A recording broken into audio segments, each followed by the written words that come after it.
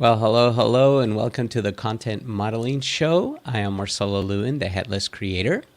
Like always, feel free to send me an email. There is my email right there. If you have any questions, marcelo@headlesscreator.com.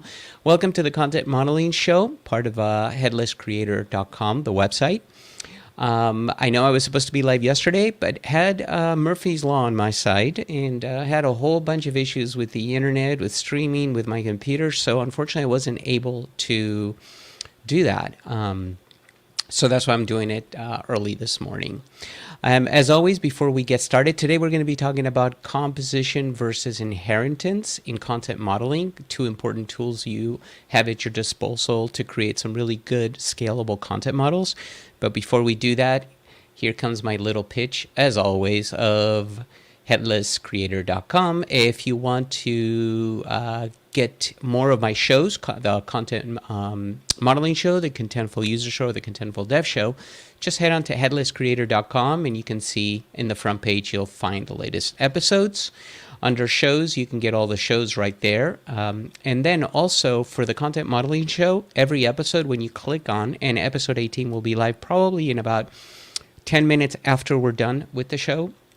You'll see right here, view content model. That'll take you to the Miro board, which is what you're going to see today where we do our content model. Alrighty, so that's it. The only other thing I did want to tell you is, and I'm going to put it up there because I just learned how to do this on StreamYard, but there is all my social media down there. You can see it. And I'd love for you to follow me on Twitter, LinkedIn, Twitch, Facebook, YouTube. Follow me on all of them. It would mean a lot, and it'll help me grow the website.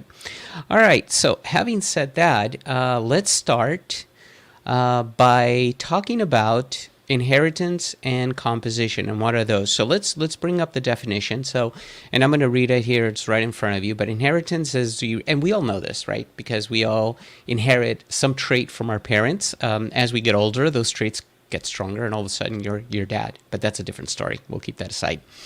The reception of genetic qualities by transmission from parent to offspring. So in other words, getting something from your parent that you will have, right? And then you add your own qualities, right? So I have some traits from my parents, but then on top of that, I have my own qualities that my parents don't have, okay?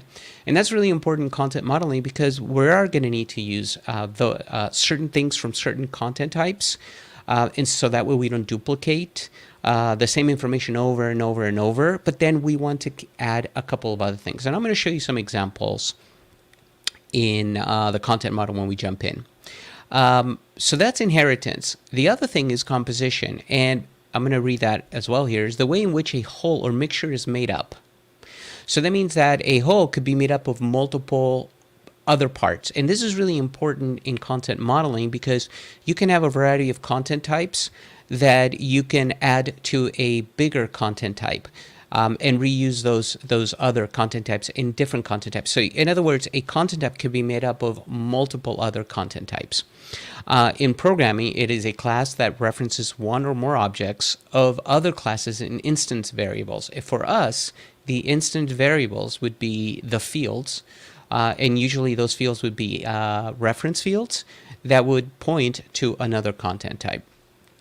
All right, so having said that, let's jump in to Miro here. As you know, let me show you.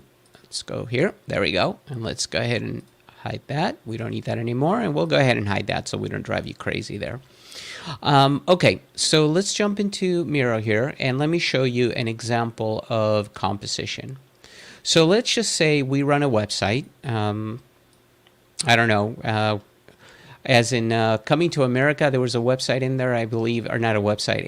They had a store called McDowell, which had nothing to do with McDonald's. It was just McDowell.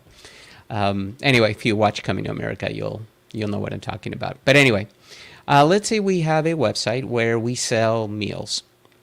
But meals are made up of burgers, fries, and drinks.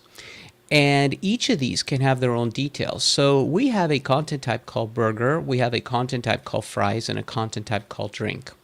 But we also want to display a meal made up of the combination of all three, right? So right here, you could see we took a content type called meal with 4 fields, the meal name, and then 3 of the fields are made up of other content types right here. Now these content types could have a variety of extra information, right? So the burger could have the name, but it could also have ingredients, calories, let's just say something like that, okay? And let's make this all purple. So this is an example of composition where we've taken parts of other content types and added them to create one whole right here. So that would be composition. Now, at the end of the day, composition inheritance, it's pretty much implemented the same way in content modeling.